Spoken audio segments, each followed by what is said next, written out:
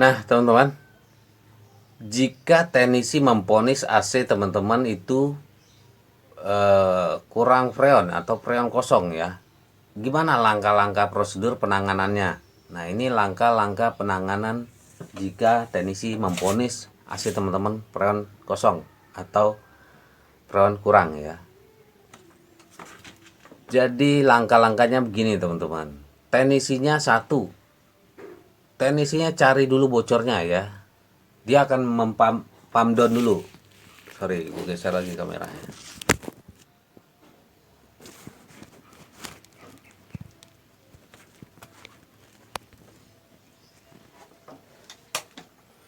Pump down sisa freon yang ada, pump down ya, disimpan ya. Lalu dilihat, cari bocornya teman-teman. Nah, bocor ini bisa di mana aja teman-teman. Bisa di sambungan.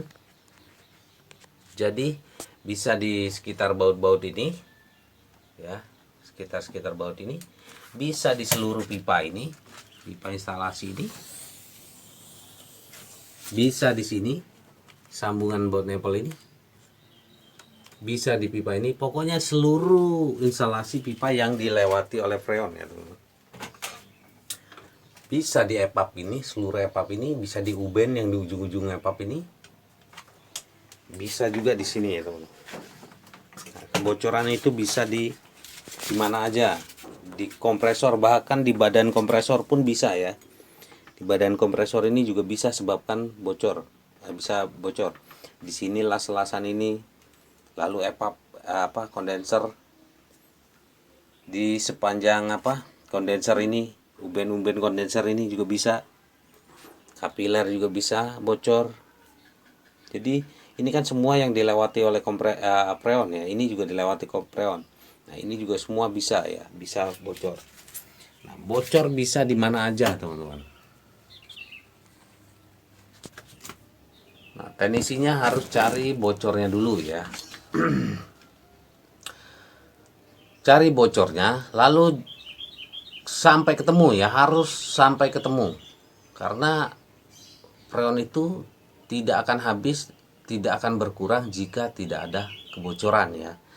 Nah, artinya teknisinya harus mencari bocornya dulu, bocornya sampai ketemu. Nah, setelah ketemu, oke, anggaplah di sini bocornya, misalkan peleringan pecah ya di baut ini. Nah, artinya teknisi harus memperbaiki flaring ulang ya, flaring ulang. Atau misalkan di evaporator indoor itu bocor. Nah, teknisi misalkan memponis wah ini nggak bisa diperbaiki, harus diganti ya. Nah, itu ya ganti ya teman-teman. Jadi bocor itu, titik bocor itu solusinya ya diperbaiki, dilas atau diganti ya. Nah, setelah diperbaiki atau diganti, teknisi akan mempakum ulang ya. Jadi vakum itu dilakukan pada saat pemasangan dan setelah perbaikan. Kenapa divakum ulang? Karena pada saat teknisi memperbaiki bocor ini ya, bocor ini berarti pipa itu dilepas dulu ya, artinya udara itu masuk lagi sama kayak pemasangan awal ya. Atau di evap dia benerin itu tetap udara masuk ya. Lalu kondenser misalkan di mana aja. Nah, jadi intinya divakum ulang ya, disedot pakai mesin vakum ya. Pastikan pakai mesin vakum ya, mesin vakum ini. Pastikan teknisinya setelah memperbaiki divakum ulang paling enggak ya 30 menit ya. Nah, kenapa pakai mesin vakum itu? Karena dari mesin vakum itu kita juga bisa tahu masih ada bocor apa enggak di instalasi ini ya. Jadi pada saat kita vakum itu si jarum ini kan bergerak turun. Nah, tunggu sekitar ya 1 jam atau 2 jam sampai jarum ini bergerak nggak. Kalau jarum ini bergerak naik, artinya masih ada kebocoran teman-teman. Kalau dia nggak bergerak masih tetap di situ, artinya tidak ada kebocoran. Nah, pastikan benar-benar tidak ada kebocoran ya. Lalu setelah itu barulah isi freon, teman-teman.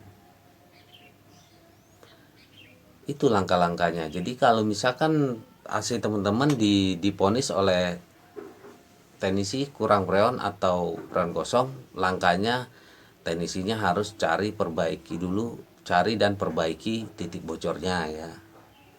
Lalu divakum, vakum ulang pakai mesin vakum ya, alat vakum ini. Jangan mau kalau di vakum manual kayak gitu ya, pakai air purging segala macam itu. Vakum pakai alat vakum khusus. Jadi teknisi emang harus modal dalam bekerja, biar AC customer juga nggak rusak ya. Kalau teknisinya memponis freon kurang atau kosong, tapi teknisinya langsung isi freon gitu aja ya, tanpa mengambil tindakan pencarian titik bocor. Nah, jelas itu prosedurnya salah. Jelas teknisi ini ngibul ya teman-teman. Teknisi ini curang, ngibul ya, bohong. Nah, setelah prosedur yang tadi diikuti semua oleh teknisi, diperbaiki udah, divakum udah, isi ulang freon udah. Nah, artinya itu sudah beres, tidak ada kebocoran lagi ya teman-teman. Nah, untuk bulan berikutnya itu teman-teman nggak perlu untuk isi freon lagi. Jika ketemu dengan teknisi yang sama, bulan berikutnya itu udah nggak perlu isi freon lagi ya pada saat servis. Karena apa? Karena dia udah perbaiki ya, dia udah memastikan bahwa bocor tidak ada lagi ya, karena tadi melalui vakum tadi dia tahu nggak ada bocor lagi. Nah, tapi jika teknisinya pada saat kemarin udah perbaiki, isi ulang, perbaiki freon, terus ketemu lagi servis rutin berikutnya, dia isi ulang lagi freon, isi atau nambah lagi freon, artinya teknisi ini ngibul teman-teman, ngibul ya. Jelas dia pelaku curang, karena freon itu ingat tidak akan pernah habis jika tidak ada kebocoran ya. Nah, sedangkan kita tadi udah perbaiki ya, awal tadi dia sudah memastikan, teknisi sudah memastikan tidak ada bocor lagi, tapi ketemu lagi di bulan depannya dia isi freon lagi, artinya dia ngibul teman-teman, ngibul. Kalau kita udah AC kita diponis freonnya kosong atau kurang ya, oke lah, bulan ini kita anggap aja buang sial ya, udah gua anggap aja buang sial dah. 500 atau 400 isi freon dan perbaikan, oke, spread.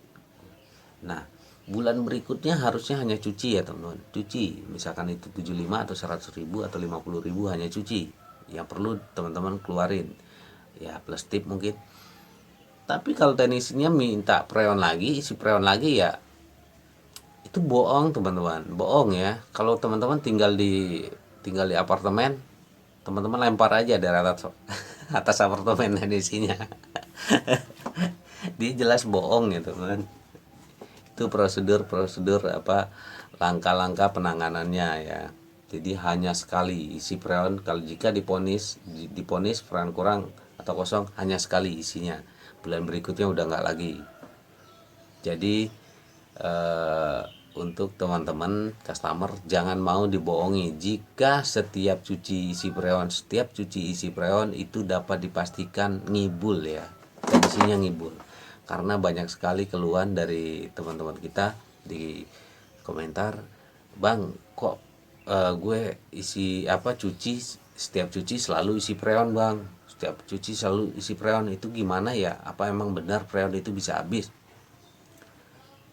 Salah teman-teman. Jadi ya, kalau sekali dia ponis freon kosong atau kurang, oke lah, anggaplah buang sial ya, keluarinlah duit nggak apa-apa. Tapi untuk bulan berikutnya harusnya udah enggak isi freon lagi, karena freon itu ya tidak pernah kosong, tidak pernah berkurang atau habis jika tidak ada kebocoran. Kalau memang benar freonnya berkurang ya atau habis, artinya pekerjaan dia yang bulan lalu itu nggak beres teman-teman. Jadi kebocoran itu nggak dikerjakan oleh dia sesuai dengan prosedur yang benar.